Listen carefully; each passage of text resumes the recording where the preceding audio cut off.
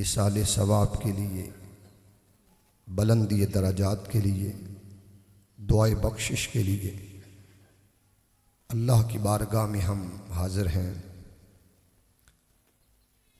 रब्बे कायनात जनाब सैयदा आमिना सलामुल्लाह अलैहा की अज़ीम अमानत का सदका, सैयदा कायनात जनाब सैयदा फ़ातिमतुज़ ज़हरा सलामुल्लाह अलैहा की इस्मत और तहारत और इबादत का सदका, और अहले बैत अतहार की मवद्दत और सखावत का सदका, और सहाबाए किराम की ताज़ीम और तौक़ीर के अज़ीम मज़ाहिर का सदका, और औलिया व सालिहीन की खिदमत दीन का और मुजद्दिदीन का तजदीद दीन की अज़ीम खिदमत का सदका, और मक्का और मदीनतुन नबी सल्लल्लाहु अलैहि वसल्लम में उतरने वाली रहमतों, बरकतों, अनवार व तजल्लियात का सदका। अल्लाह ताला इनकी वालिदा मोहतरमा की बख्शिश फरमाए, उनकी आखरत की मंज़िल आसान फरमाए, उनको जन्नतुल फिरदौस में आला मकाम अता करे, और आखिरत में उनको उन लोगों में शुमार करे कि जिन्हें उसने दाएं हाथ में नामा आमाल देने का फ़ैसला कर रखा है, और अपने उन मुखलस पसंदीदा अहबाब में इनकी वालिदा मोहतरमा को शामिल फरमाए कि जिन्हें वो क़यामत के रोज़ अपना कलाम भी अता करेगा, अपना दीदार भी अता करेगा। मैंने कुरान मजीद में से दो मकामात को मौका की मुनासबत के हवाला से मुंतखब किया। आप में उलमाए किराम भी तशरीफ़ फरमा है, मेहमानान ज़ीवकार भी हाज़िर हैं, और कुर्बो नज़दीक से, कुर्बो जवार से जो भी अहबाब तशरीफ़ लाए, अल्लाह हमारी आजिज़ाना हाज़री अपनी बारगाह में कबूल फरमाए। कुरान मजीद वो अज़ीम किताब है जिसने दुनिया में हर इल्म पर कलाम किया, चाहे अक़ीदा तौहीद की बात हो, अल्लाह रब्बुल इज़्ज़त ने उस पर भी कुरान मजीद में आयतों का नज़ूल फरमाया। चाहे अक़ीदा रिसालत की बात हो, परवरदिगार आलम ने इस अक़ीदा के तहफ़्फ़ुज़, दिफा, अहमियत और इसकी नागुज़ीरियत को ज़िक्र करने के लिए भी जा बजा कुरान मजीद में आदाब रिसालत, तज़कार रिसालत, उसवे हसना को ज़िक्र किया। इसी तरह कुरान मजीद वो अज़ीम किताब है कि जो हक़ूक़े वालिदैन का तज़किरा करती है। वालिदैन इंसान के पास वो अज़ीम नेमत होते हैं कि जिनका दुनिया में कोई बदल और सानी नहीं। जितनी खुलूस से औलाद के हक़ में बाप दुआ करता है या वालिदा दुआ करती है, शायद दुनिया में कोई और रिश्ता नहीं जो इन दो मुक़द्दस रिश्तों से बढ़कर आला और बाला। इनकी दुआ लालच से पाक होती है, इनकी दुआ हिर्स और तमा से पाक होती है, और ये अपनी बच्चों के लिए, औलाद के लिए, जिगर पारों के लिए, ये हस्तियाँ शादी से पहले का ज़माना हो, इनकी दुआएं फिर भी औलाद के हक़ में जारी रहती हैं। शादी के बाद का ज़माना आ जाए, वालिदैन की दुआएं, वालिदैन कि अल्लाह रब्बुल इज़्ज़त की बारगाह में औलाद की तरक्की के लिए मुसलसल मुनाजात, दुआएं, आरज़ुएँ वह अपने परवरदिगार के हुजूर पेश करते रहते हैं। और मैं अर्ज कर दूं हत्ता कि बेटा तालीम के लिए, एजुकेशन के लिए, बिजनेस के लिए, ट्रेड के लिए वो बैरून मुल्क 7 समंदर भी पार चला जाए और माँ फिर भी उसके लिए दुआए रहमत करती रहती। इस अहमियत को अगर हम देखना चाहें तो आप सूरा बनी इसराइल का मुताला करें। दुनिया में कोई ऐसी अजीम किताब नहीं जो वालिदैन के हकूक पर जितना अहसन कलाम कुरान मजीद ने किया है, कोई और किताब इतनी हसी पैराए के अंदर वालिदैन के हकूक का जिक्र नहीं करती।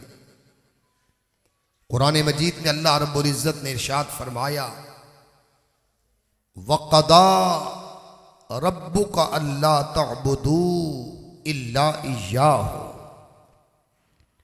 अल्लाह पाक ने इस आयत करीमा का आगाज एक लफ्ज से किया, वो है लफ्ज कदा। कदा जिस तरह आपने काजी का लफ्ज पढ़ा है, तो लफ्ज कदा के कुरान मजीद में 8 से ज्यादा मानी। लफ्ज कदा, अल्लाह पाक ने इसी लफ्ज को, लफ्ज कदा को कभी कुरान मजीद में अदा करना इस माना में भी जिक्र किया। बोलिए कौन सा माना? अदा करना।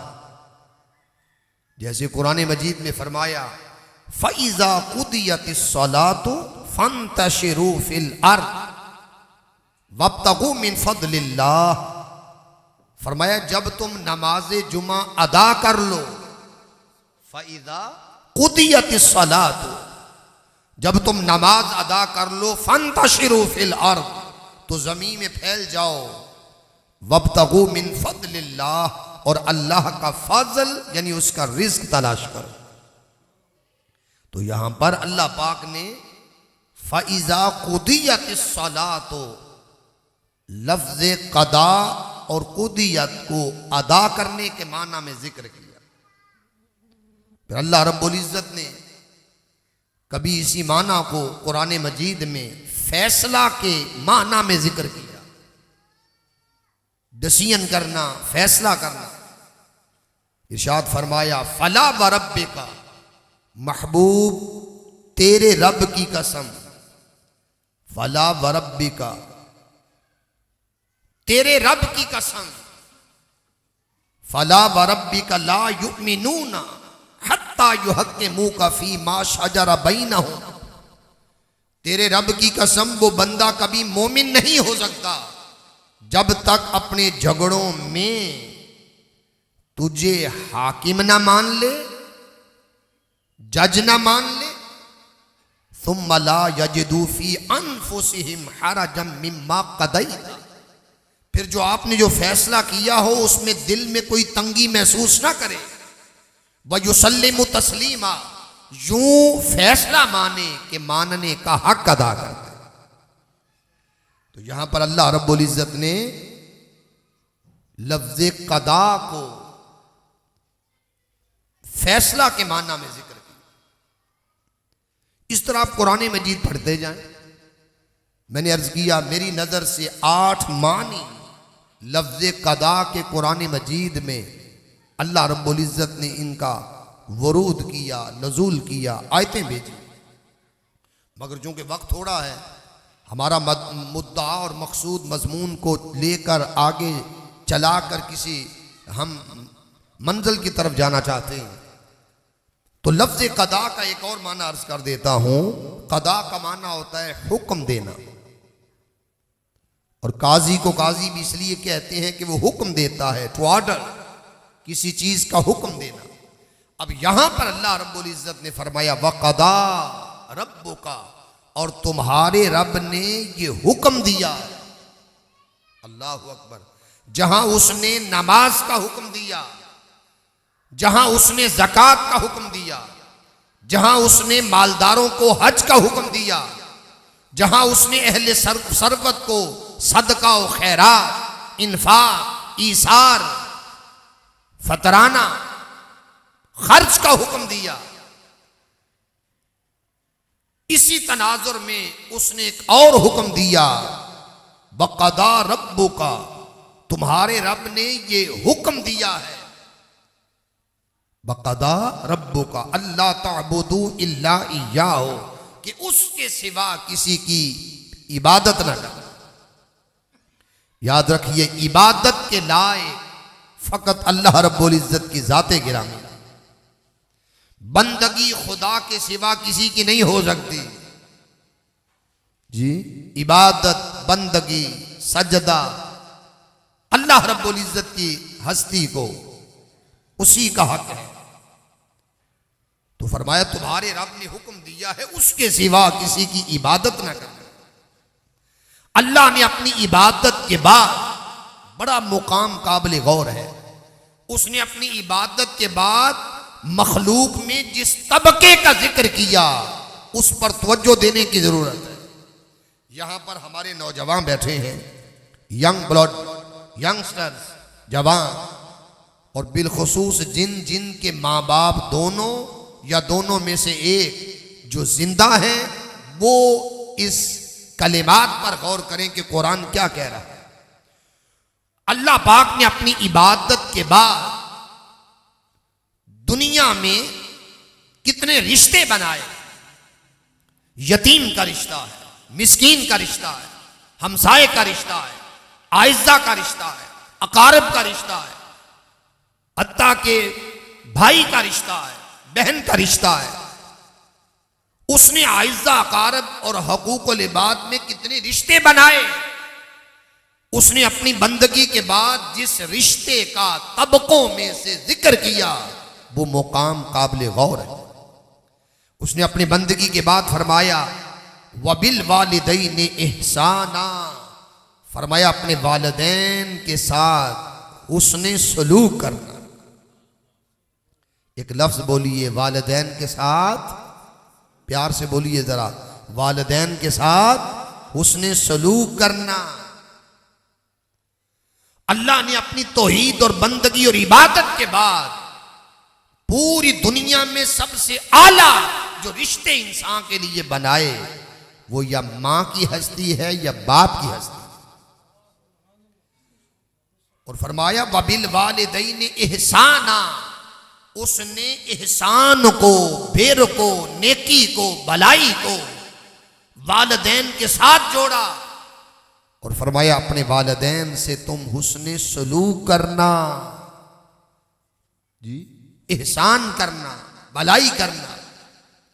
और आगे अल्लाह पाक ने एक्सप्लेनेशन की, फरमाया इम्मा यबलुगन्ना इंदकल किबारा अहदुहुमा औ किलाहुमा, अगर उनमें से तेरी जिंदगी में दोनों या दोनों में से एक, तुम्हारी जिंदगी में तुम्हें उनकी जियारत का मौका मिले, वो हस्तियां तुम्हें मिलें, दोनों मिल जाएं, मां और बाप या दोनों में से एक। अल्लाह पाक ने फरमाया बड़ा मकाम काबिल गौर है, यकीन जाने, तौरात पढ़ें, इंजील पढ़ें, ज़बूर पढ़ें, दुनिया के लाखों किताबों को खंगाल डालें, वर्क गर्दानी करें, मगर अल्लाह पाक ने जिस हुस्न तरतीब के साथ, हुस्न नज़्म के साथ औलादों को, बेटों को अपने माँ बाप के हकूक़ का यहाँ जितना आला हसी अंदाज से जिक्र किया, आज इस मकाम को पढ़ने की भी ज़रूरत है, समझने की भी ज़रूरत है, और अक्ल व खीरत से सोचने की भी ज़रूरत है कि खुदा हमें क्या हुक्म दे रहा है और हमारे रवैये अपने माँ बाप के साथ क्या हैं, हमारे अंदाज मिलने के क्या हैं, हमारे अपने वालिदैन के साथ तौर तरीके क्या हैं मिलने के। हम मादियत ज़दा हो गए, मॉडर्निज्म की तरफ चले गए, जिद्दत की तरफ चले गए, और सकाफत और तहजीब के दरिया में हमने अपने आप को बहा दिया। हमने पहचाना ही ना है कि माँ और बाप की जो हस्तियां हैं, कुरान ने इसके हवाला से क्या कहा, माशरा ने, सोसाइटी ने, तालीम ने, जिद्दत ने, मादियत ने, दुनिया परस्ती ने शायद हमें वो उसूल न दिए जो अल्लाह के कुरान ने वालिदैन की अजमत और वालिदैन की इज्जत के लिए जो उसूल बयान किया। इरशाद फरमाया, अगर वो तुम्हारी जिंदगी में दोनों या दोनों में से एक पहुंच जाएं, पहला नुक्ता, फला तकुल लहुमा उफ़िन, फरमाया खबरदार उन्हें ओए भी न कहना। उफ, उफ का माना होता है अफसोस। फरमाया तुम आलिम हो, तुम ताजिर हो, तुम डॉक्टर हो, तुम स्टूडेंट हो, तुम शादीशुदा है या गैर शादीशुदा हो, दुनिया के जिस स्टेटस पर तुम फायज हो, वालिदैन के सामने जब तुम आओगे, फला तकुल लहुमा, खबरदार उन दोनों को न कहना उफ़िन, अफसोस, उन्हें अफसोस भी ना कहना। आप कहें क्या माना? माना यह है, वालिदैन अपने बच्चों के लिए कुछ शॉपिंग करके लाती हैं कि बेटे मैंने आपके लिए सूट लाया। माँ बाप अपने बच्चों के लिए कोई चीज खरीद के लाते हैं। अब बेटा उस चीज को नापसंद करते हुए कहता है मुझे पसंद नहीं, ये कहना भी गुनाह है। बेटे ने कहा मां अफसोस कि तुम मेरे लिए क्या खरीद लाई हो, ये कहना भी गुनाह है। तवज्जो करे मेरे जुमलों पर। बेटा अपने नजरियात पेश करे, अपनी राय पेश करे, अपना जहन पेश करे कि मां मैं इसको पसंद नहीं करता, और मैं खबरदार वो जो फैसला करे कबूल करो, जो खरीद के लाएं कबूल करो। फला तकुल लहुमा उफ़िन, खबरदार तुम अपने मां बाप के सामने ओए भी ना कहना, अफसोस भी ना कहना। मैं बात रोक कर अर्ज करना चाहता हूं, कितने ऐसे बच्चे हैं, बेटे हैं, औलादे हैं जो मां के फैसले को, उनके किए हुए फैसले को सरे तस्लीम खम करके कहते हैं मां जी जो आपने फैसला कर दिया हमें कबूल है। कितने ऐसे बेटे हैं जो अपने बाप के सामने कहते हैं बाबा आप जो ले आए हमें कबूल है। उनके सामने ओए भी ना कहना। हम ऊंचा बोलते हैं, हम बेइज्जती करते हैं माज़अल्लाह। और कितने ऐसे नाफरमान औलादे हैं जो तशद्दुद करती हैं वालिदैन। मैंने अपनी आंखों से देखा कितने ऐसे बेटे हैं कि जो अपने बाप के चेहरे पर तशद्दुद करती हैं, थप्पड़ मारती हैं। उन्हें खबर ही कोई नहीं कि बाप का और बेटे का रिश्ता क्या है। बेटे की रगों में तो बाप का खून दौड़ रहा था, बेटे की शरियानों में तो मां का दूध गर्दिश कर रहा था। इसलिए कुरान कहते हैं तुम्हें खबर ही कोई नहीं कि तुम्हारा क्या रूहानी रिश्ता है, क्या जिस्मानी रिश्ता है। फला तकुल लहुमा उफ़िन, अपने माँ बाप के सामने जिंदगी में बचपन में आओ, जवानी में आओ, बुढ़ापे में आओ, उम्र के जिस हिस्से में आओ, खबरदार उन्हें ओए भी ना कहना, उनका दिल ना दुखाना। ये न कहना बाप अफसोस ना, अगर ऐसा कहोगे उनका दिल दुखेगा, दिल टूटेगा। अल्लाह पाक ने फिर दूसरा उसूल बयान किया, फला तकुल लहुमा उफ़िन वला तनहरहुमा, ना उन्हें झिड़कना। अब देखिए जरा कुरान क्या हुक्म दे रहा है, हमारे रवैये क्या हैं हमें समझ नहीं आती। और हमारी आंखें तब खुलती हैं जब दोनों रिश्ते दुनिया से चले जाते हैं। फिर हम उलमा से फजीलत सुनते हैं, फिर हम कुरान से मुताला कर कहते हैं ओहो खुदा ने जिंदगी नहीं दी, इन हस्तियों का इतना अदब था, इन हस्तियों की ये अहमियत थी, इन हस्तियों को इतनी मरकजियत दी गई, ये हस्तियां हमारे लिए ये काबिले तारीफ थी, काबिले इज्जत थी। फिर हमारी आंखें खुलती हैं। मगर आज जिनके वालिदैन दो या दोनों में से जिंदा हैं, मैं उन्हें मुखातब हूं कि हम अपने किरदार देखें, हम अपने रवैये देखें, हम अपनी अक़दार देखें, अपनी कदरें देखें, अपना करैक्टर देखें, अपनी सीरत देखें, अपनी जिंदगी देखें, अपने बिहेवियर और किरदार देखें। आया जो कुरान कहता है क्या उसके मुताबिक हमारी जिंदगी है, या हम नाफरमानी की तरफ बढ़ रहे हैं, या हम हुक्म अदूली की तरफ जा रहे हैं, या हम अपने माँ बाप को इज्जत देने की बजाय उनकी नाकदरी कर रहे हैं। और अल्लाह पाक दुनिया में नेमत एक बार देता है, जब कौमें औलादें नाफरमानी नाकदरी करें फिर वो नेमत उठा ली जाती है। तो अल्लाह पाक ने फरमाया, एक तो उन्हें फला तकुल्लहुमा उफ़्फ़िन, उन्हें ओए भी ना कहना, वला तनहरहुमा, ना उन्हें झिड़कना। मैं बात रोक कर अर्ज करना चाहता हूं, कभी माँ और बेटे के कभी वो बात कर रहे हों, कभी उनकी रिकॉर्डिंग खुफिया कैमरे से करें। बाप और बेटा बात कर रहा हो, कभी उनकी खुफिया कैमरे से रिकॉर्डिंग करें, देखें लहजे बिगड़े हुए, बुलाने का अदब नहीं। अगर कोई आला तालीम याफ्ता हो जाए, तालीम ये तो नहीं कहती कि आप इन रिश्तों को अखलाकियात के दायरे से बाहर जाकर कलाम करें। भाई तालीम तो अदब सिखाती है, तालीम तो एहतराम सिखाती है, तालीम तो अदब सिखाती है, तौकीर सिखाती है। और अल्लाह रब्बुल इज्जत ने फरमाया, इनको तुम झिड़कना भी ना। हमारे रवैये क्या है?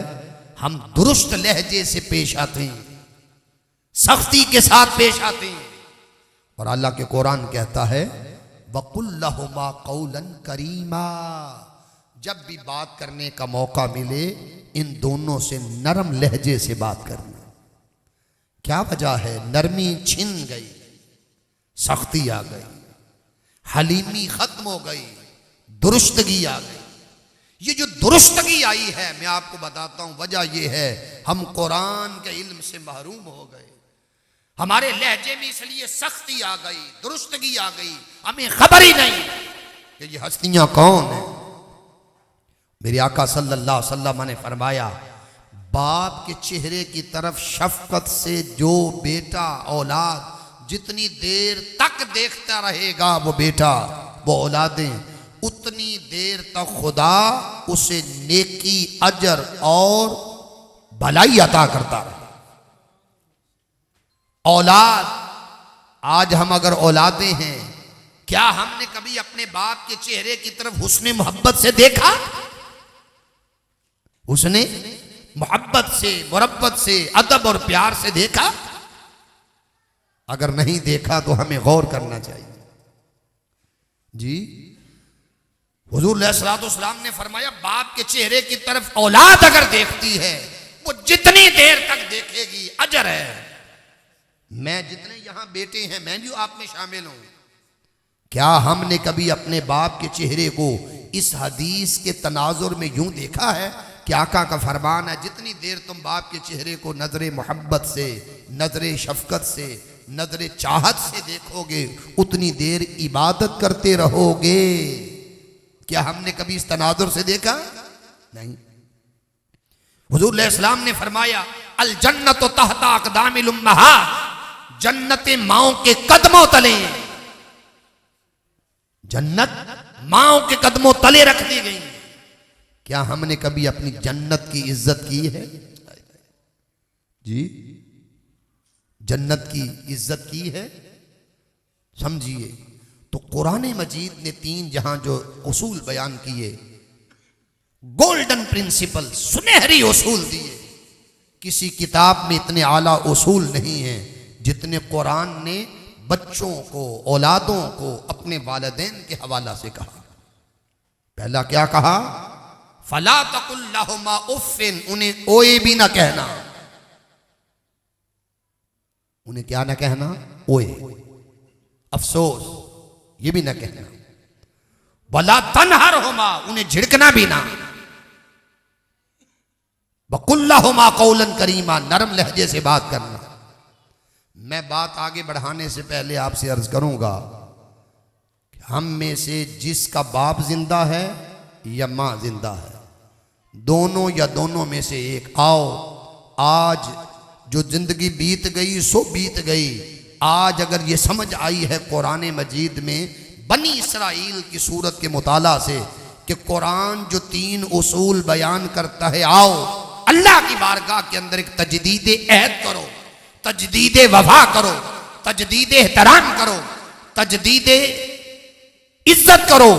आज से कि परवरदिगार जो हो चुका, आज के बाद हम अपने माँ बाप के कभी ओए भी नहीं कहेंगे, अफसोस भी उनको कभी नहीं कहेंगे कि तुमने जो किया हमारे लिए अफसोस नहीं कहेंगे।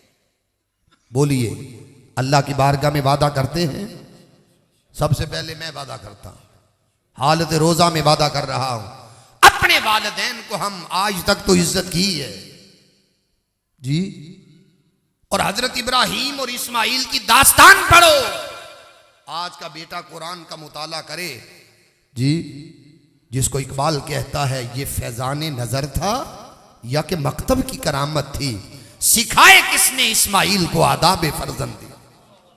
वो बाप जो वादी मिना में जाकर कहता है कि बेटे मैंने तुझे देखा, अन्नी अज़बा हो का फंजुर माजा तरा, मैं देख रहा हूं कि मैं तुझे ज़बह कर रहा हूं, बता तेरी राय क्या है। वो बेटा पता क्या कहता है?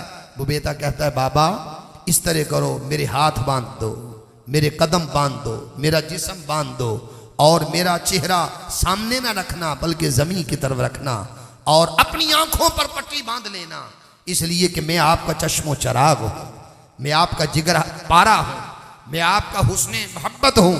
हो सकता है छुरी न चले, हो सकता है मोहब्बत आड़े आ जाए। इकबाल कहता है यूनिवर्सिटियों में, कॉलेजेस में, तालीमी इदारों में उसूल सिखाए जाते हैं।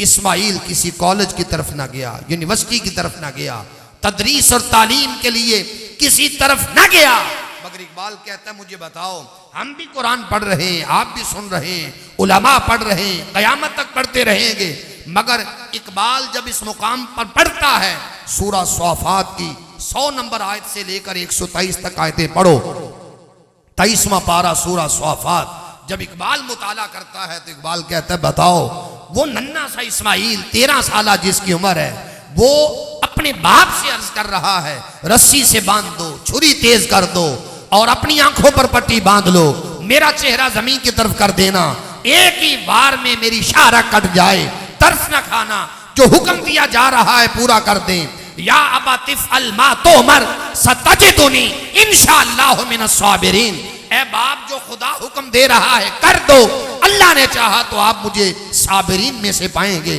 तो इकबाल कहता है ये बताओ, ये फैजाने नजर था या कि मकतब की करामत थी, सिखाए किसने इस्माइल को आदाब फर्जंदी। ये जो फर्जंदी और बेटा होने के आदाब ये कौन सिखा रहा है? वो तो ना किसी कॉलेज में गया, यूनिवर्सिटी में गया, इदारे में गया। इकबाल ने कहता है आओ मैं तुम्हें बताता हूं ये किसने सिखाया था, ये फैजाने नजर था। इकबाल कहते हैं किताबों से भी इल्म मिलता है, निगाह से भी इल्म मिलता है। कि बाप इब्राहिम की निगाह ने इस्माइल को वो सारे आदाब फर्जंदी सिखा दी। आज एजुकेशन भी आला है, तालीमी इदारे भी बेमिसाल है, हर बाप आइडियल एजुकेशन मिसाली तालीम ढूंढ रहा है, मगर मैं अर्ज करता हूं बेअदबी क्यों आम है? तालीम तो अदब सिखाती है। जो जो माशरा पढ़ा लिखा होता जा रहा है, हम अपने माँ बाप के अदब से महरूम क्यों होते जा रहे हैं? और मैं अर्ज कर दूं, बाप और बेटा चल रहे हों, बाप और बेटा, अगर बेटा बाप से आगे चले, चलने में ये बेअदबी, चलने में ये बेअदबी है। अदब ये था बाप आगे चलता और बेटा पीछे चलता। बैठे चारपाई है, अगर बेटा सरहाने की तरफ बैठ गया और उसका बाप या उसकी वालिदा पांती और कदमों की तरफ बैठ गई, ये बैठने में बेटा बेअदबी का मुर्तकब हो रहा है। उसने ये क्यों ना देखा कि जो सरहाने की जगह थी उस तरफ बाप को बिठाना चाहिए था, वालिदा को बिठाना चाहिए था, और खुद कदमों की तरफ बैठना चाहिए। हम इस बात से आज इस बात से हम महरूम होते जा रहे हैं, हम देखते ही नहीं, हम बस पढ़ते जा रहे हैं। ना वो असातिज़ा का अदब, ना वालिदैन का अदब, ना पीर उस्ताद का अदब। सीखना हमने क्या है? इमाम आजम नौमान बिन साबित को जानते हैं? उनके हम फिका हनफी पे चलते हैं। उनके 4000 असातिज़ा थे, 4000 असातिज़ा। उनमें एक उस्ताद शेख जैद का घर था। किस तरफ? जिस तरफ घर था इमाम आजम फरमाते हैं मैंने पूरी जिंदगी अपने उस्ताद के घर की तरफ पाँव नहीं किए। उस्ताद अपने घर में सोता, मैं अपने घर में सोता, मगर जिससे मैंने फैज़ हासिल किया, तालीम हासिल की, मैंने पूरी उम्र मैंने अपने उस्ताद के घर की तरफ पाँव नहीं की। ये अदब है। हम काबा की तरफ चेहरा करके थूकते क्यों नहीं? अदब है कि हम उस तरफ मुंह करके नमाज पढ़ते। हम काबा की तरफ कदम क्यों नहीं करते? कि ये बेअदबी है। क्योंकि हम कहते हैं मुंह तरफ किबला शरीफ, खड़े हम यहां हैं और काबा कहां है? कितने दरमियान में पहाड़ हैं, बिल्डिंगें, फासले। मगर अदब का ये आलम कि हम सुए अदब और बेअदबी का मुर्तकिब नहीं होते, बल्कि काबे का भी अदब करते हैं, शरीयत का भी अदब करते हैं, मक्का का भी अदब करते हैं, मदीना का भी अदब करते हैं, और इसी तनाजुर में मस्जिद का अदब करते हैं। तो अल्लाह रब्बुल इज्जत ने कुरान मजीद में 3 उसूल बयान किए। आओ, बातें बड़ी हैं करने को, आज के बाद उसकी बारगाह में वादा करो कि हम बोलने में कभी भी बेअदबी का मुर्तकिब नहीं होंगे। वादा करते हैं जी। अपने हाथों को जरा खड़ा करें अल्लाह की बारगाह में कि परवरदिगार तेरा हुक्म जो कुरान में है, फला तकुल्लहुमा उफ़िन, हम अपने माँ बाप को ओए भी नहीं कहेंगे, सताएंगे भी नहीं, अफसोस भी नहीं कहेंगे उनके लिए। वला तनहरहुमा, और उन्हें झिड़केंगे भी नहीं।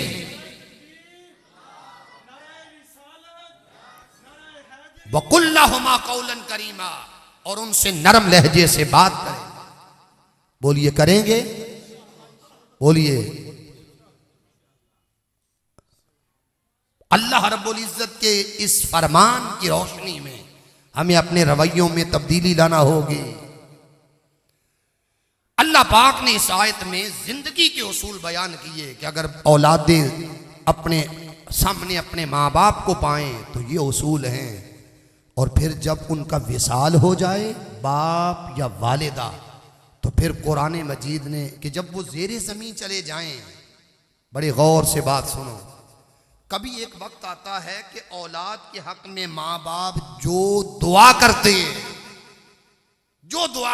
जायज़ दुआ, अल्लाह पाक उनकी हर जायज़ दुआ औलाद के हक में कबूल फरमाता है। बात समझिए।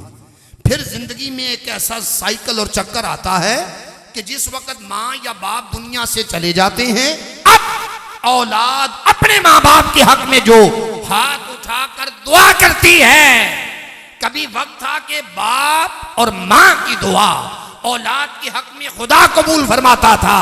आज वो वक्त आ गया कि वो औलाद जवां हो गई, कुरान पढ़ने लगी, दुरूद व सलाम पढ़ने लगी, जिक्र व अज़कार करने लगी। अब बेटे औलादें अपने वालिदैन के हक में जो दुआ करती है, अल्लाह पाक औलाद की हर नेक दुआ अपने माँ बाप के हक में कबूल फरमाता। अब हम नमाजें पढ़ते हैं, अल्लाह अकबर, अल्लाह की तकबीर से नमाज शुरू कर देते हैं। सना पढ़ी, फातिहा पढ़ी, कुरान मजीद पढ़ा, रकू व सुजूद किए, चलते चलते हम तशहुद में आ गए और अपनी आजिज़ी का इजहार किया। अत्तहिय्यातु लिल्लाहि वस्सलावातु वत्तय्यिबात, कि परवरदिगार मेरी माली बदनी जानी सारी इबादतें तेरे लिए। फिर आगे दुरूद व सलाम पढ़ा। जब नमाज का कमाल मौका आया कबूलियत का, फरमाया बंदे अब तुम अपने माँ बाप की बख्शिश की दुआ करो। कहो रब्ब फिरली, ए हमारे रब मुझे मुआफ फरमा। रब्बना गफिरली वाली वालिदैया, और मेरे वालिदैन को मुआफ फरमा। वलिल मुमिनीन, और सारे मोमिनों को मुआफ फरमा। यौम यक़ूमुल हिसाब, जिस रोज हिसाब व किताब का दिन कायम है। और एक बंदा एक दिन में कितनी बार दुआ करता है? कभी आप सोचें। फजर पढ़ी, ज़ोहर, असर, मगरिब, इशा, नवाफल का जिक्र नहीं कर रहा, फकत पंचगाना नमाजें कोई पढ़े, सुन्नतें पढ़े, फर्ज पढ़े, वितर 5 नमाजों में हजरत इंसान और मुसलमान अल्लाह पाक की बारगाह में 19 मरतबा, 19 टाइम्स, 19 मरतबा वो कहता है रब्बना गफिरली वली वालिदैया वलिल मुमिनीन यौम यक़ूमुल हिसाब। आज इतराज़ किया जाता है जी, बंदे नया नया लिटरेचर पढ़ते हैं, कहते हैं जी जिस वक्त कोई दुनिया से चला जाता है कोई अमल किसी का फ़ायदा नहीं देता, बस जिसने जो कमाया, जिसने जो अमल किया। मैं आपके सामने इतना हूँ, उसके बाद हम दुआ करने लगे हैं, ख़त्म शरीफ पढ़ेंगे दुआ, सिर्फ मुख्तसर कि अगर कोई ये कहता है जी मरने के बाद जाने वालों को कोई फ़ायदा नहीं मिलता, कोई अमल फ़ायदा नहीं देता। मैं इब्ने माजा की हदीस पढ़ने लगा, बड़े गौर से सुने, ये आपके काम आएगी। हजरत अबू हुरैरा रज़ी अल्लाह तआला अन्हु से रावी मरवी हैं, रिवायत करते हैं, आप फरमाते हैं हुजूर नबी अकरम सल्लल्लाहु अलैहि वसल्लम ने फरमाया, इंसान मुसलमान जिस वक्त ज़िंदगी गुजारता है उसकी ज़िंदगी में कितनी ऐसी नेकियां हैं जो उसके जाने के बाद उसके लिए सदक़े जारिया बना दी जाती है। इल्मन अल्लमहु व नशरा, अगर दुनिया से जाने वाला मर्द हो या औरत, वो बाप हो या मां, वो आम हो या खास, इल्मन अल्लमहु व नशरा, अगर उसने इल्म सिखाया या फैलाया, सिखाने वाला फैलाने वाला दुनिया से चला गया, जब तक लोग उसके इल्म पर अमल करते रहेंगे आमिलों को भी अल्लाह अजर देगा, और जिसने इल्म सिखाया और फैलाया उसको भी अल्लाह पाक ज़ेरे ज़मीन इस इल्म का और जो जो उस पर अमल करेगा इसका अजर अता करेगा। वो लोग जो कहते हैं कि जाने के बाद कोई काम नहीं आता, उन्होंने पढ़ा नहीं। मेरे आका ने दूसरा जुमला इरशाद फरमाया, ववलदन सालिहन यदऊ लहू, फरमाया जब कोई नेक औलाद अपने वालिदैन के हक में दुआ करती है, अल्लाह पाक उस नेक औलाद की दुआ उनके माँ बाप के हक में कबूल फरमाता। वो कुरान पढ़े, दुरूद व सलाम पढ़े, सदका तो खैरात करे, फलाह इंसानियत के काम कर आए, वो बीमारों का इयादत करे, यतीमों का ख्याल रखे, मिस्कीनों का ख्याल रखे, कोई नेक अमल करे, वो नेक औलाद। फिर तीसरी मुसहफन वर्रसहु, 20 साल से पहले बाप ने कहा कुरान है इसकी तिलावत करना, मैं तुम्हें वाले तुम्हारे कर रहा हूं। जब तक वो औलाद कुरान पढ़ती रहेगी उसको किरात और तिलावत का अलग अजर मिलेगा, जिसने नसीहत की थी उसको खुदा अलग अजर देगा। और मस्जिदन बना, अगर उसने मस्जिद बनाई, दुनिया से चला गया, बनी रही मस्जिद खुदा का घर, जब तक लोग इबादत करते रहेंगे जाने वाले को ज़ेरे ज़मीन उस मस्जिद की बनावट, तश्कील, तबवीब, तरतीब, तज़ईन, उसका खुदा अजर अता करता है। फिर हुजूर नबी अकरम सल्लल्लाहु अलैहि वसल्लम ने फरमाया, औ बैतन लिइब्न सबील, अगर किसी ने मुसाफिर खाना बना दिया, लोग ताकि कोई मुसाफिर आए सुस्ताए बैठ जाए सांस ले, जब तक उसके मुसाफिर खाने से दुनिया फ़ायदा उठाती रहेगी जाने वाले को अज्र मिलता रहेगा। और नहरन अजराहु, या किसी ने पानी का एहतमाम किया, नलका लगवा दिया, इलेक्ट्रिक कूलर रखवा दिया, नहर खदवा दी, जब तक लोग प्यास बुझाते रहेंगे अजर मिलेगा। जब उसने सदका जारिया का काम किया, अब इस वक्त 18,000 लोग जामे मस्जिद अल मिनहाज टाउनशिप में इतिकाफ बैठे हुए, और मैं 2 रातें 25वीं की रात और 27वीं की रात उस इज्तिमा में गया था कि रात 2:30 बजे 2 बजे डॉक्टर साहब का खिताब शुरू होता है, और आप जितने बैठे हैं उन खिताबात को आप सुने।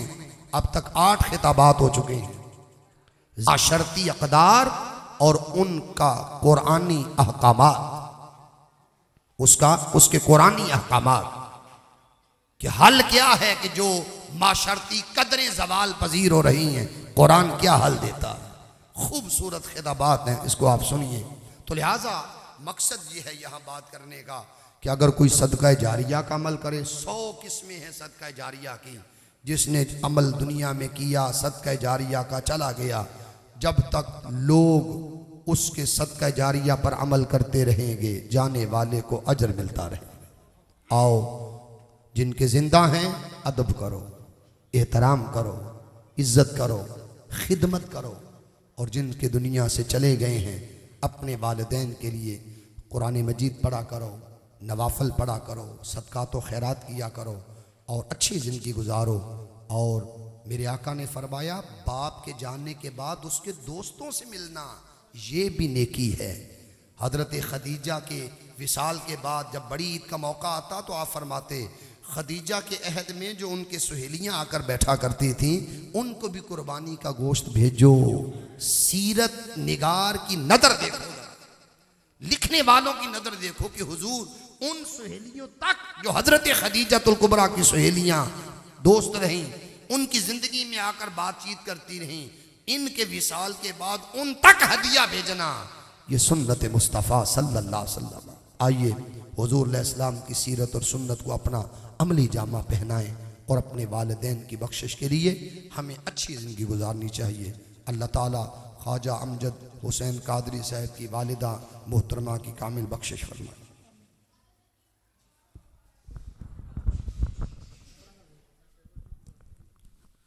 अऊज़ु बिल्लाहि मिनश शैतानिर रजीम, बिस्मिल्लाहिर रहमानिर रहीम। कुल या